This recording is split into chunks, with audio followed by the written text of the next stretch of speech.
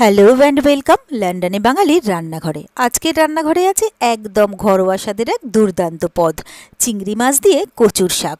ভীষণই সহজ উপকরণে আর খুবই কম সময়ে তৈরি হয়ে যাবে এই রেসিপিটি।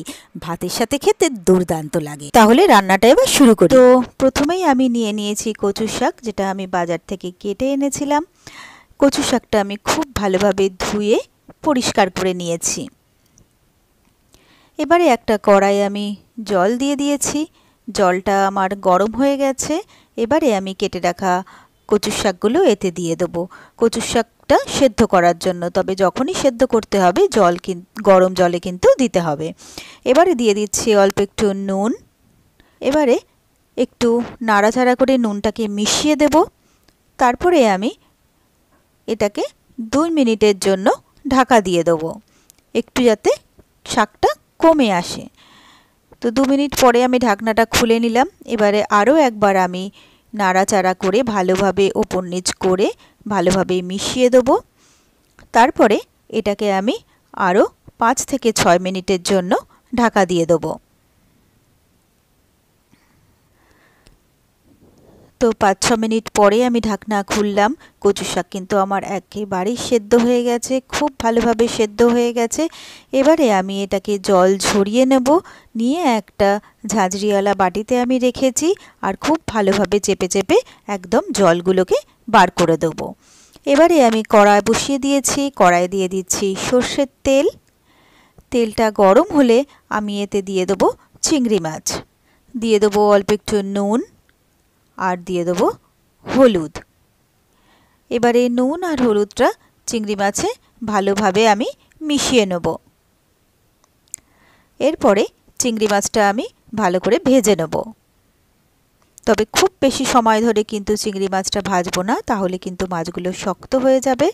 তো চিংড়ি মাছগুলো আমি ভেজে নিলাম। এবার একে একে চিংড়ি মাছগুলো আমি সব তুলে আলাদা একটা বাটিতে রেখে দিচ্ছি। এবারে কড়াইয়ে আমি আরও 1 টেবিল চামচ মতো তেল দিয়ে দিলাম। তেলটা গরম হলে আমি দিয়ে দিলাম তেজপাতা, দিয়ে দিচ্ছি একটা শুকনো লঙ্কা, আর দিয়ে দিচ্ছি 1/2 চা চামচ কালো জিরে ফোড়ন। এবারে এই সবগুলোকে ভালোভাবে তেলে মিশিয়ে নিয়ে আমি 15 থেকে 20 সেকেন্ডের জন্য একটু ফ্রাই করে নেব। তো এর থেকে বেশ একটা সুন্দর গন্ধ বেরোচ্ছে। এবারে আমি এর মধ্যে দিয়ে দিচ্ছি 1 চা চামচ জিরের গুঁড়ো, দিয়ে দিচ্ছি 1/2 চা চামচ হলুদ গুঁড়ো, আর দিয়ে দিচ্ছি 1/2 চা চামচ লাল লঙ্কার গুঁড়ো। এবারে দিয়ে দিচ্ছি 2 টেবিল চামচ জল। এটা যেহেতু ড্রাই স্পাইসেস আছে, সেই জন্য একটু জল না দিলে মশলাগুলো পুড়ে যাবে। এইবারে সব মশলাগুলো ভালোভাবে মিশিয়ে নিয়ে আমি কিছুক্ষণ এটাকে কষিয়ে নেব। তো মশলাটা আমি ভালোভাবে কষিয়ে নিয়েছি, এর থেকে আমার অয়েলও রিলিজ করছে। এইবারে আমি সেদ্ধ করে রাখা কচুর শাকটা এর মধ্যে দিয়ে দিলাম। এবারে কচুর শাকটা মশলার সাথে প্রথমে ভালোভাবে মিশিয়ে নেব। দেখুন কচুর শাকটা কিন্তু আমি একেবারে জল ঝরিয়ে একেবারেই শুকনো করে তবে আমি কড়াইয়ে দিয়েছি। এরপরে আমি দিয়ে দিচ্ছি 3-4টে কাঁচা লঙ্কা কাটা। এরপরে দিয়ে দিচ্ছি নারকেল কোড়া, দিয়ে দিচ্ছি স্বাদমতো নুন। তবে নুন যেহেতু আমি সেদ্ধ করার সময় দিয়েছিলাম, সেজন্য এখন আন্দাজ মতো নুন দিয়ে দিলাম। দিয়ে দিচ্ছি 1/2 চা চামচ চিনি,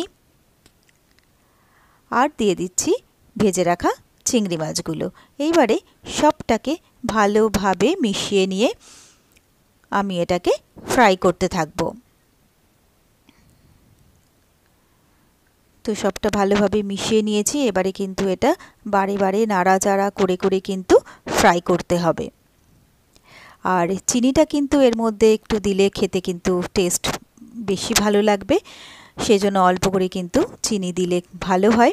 তো বারে বারে কিন্তু নেড়ে চেড়ে এটা একদম ফ্রাই করতে হবে, একদম শুকনো করে নিতে হবে, এর মধ্যে যাতে একটুও জল না থাকে। দেখুন এটা আমার অনেকটাই শুকনো হয়ে গেছে, একদম কড়া থেকে আমার উঠে আসছে খুব ভালোভাবে। দেখলেন তো কি সুন্দর, কত তাড়াতাড়িতে এই রান্নাটা হয়ে গেল। তো এটা আমার রান্নাটা কিন্তু একদম কমপ্লিট। এবারে আমি গ্যাস অফ করে দিলাম। এবারে আমি সার্ভিং বলে তুলে নিচ্ছি এটাকে সার্ভ করার জন্য। আর এইভাবে যদি রান্নাটা করা যায় তাহলে কিন্তু একদম পারফেক্ট গ্রাম বাংলার ঐতিহ্যবাহী স্বাদ পাবেন এই রান্নায়। আর এই রান্নাটা যদি আপনাদের পছন্দ হয়ে থাকে আপনারাও বাড়িতে ঠিক এইভাবে একবার তৈরি করে দেখবেন। আমি গ্যারান্টি দিচ্ছি আপনাদের সকলেরই ভীষণ পছন্দ হবে।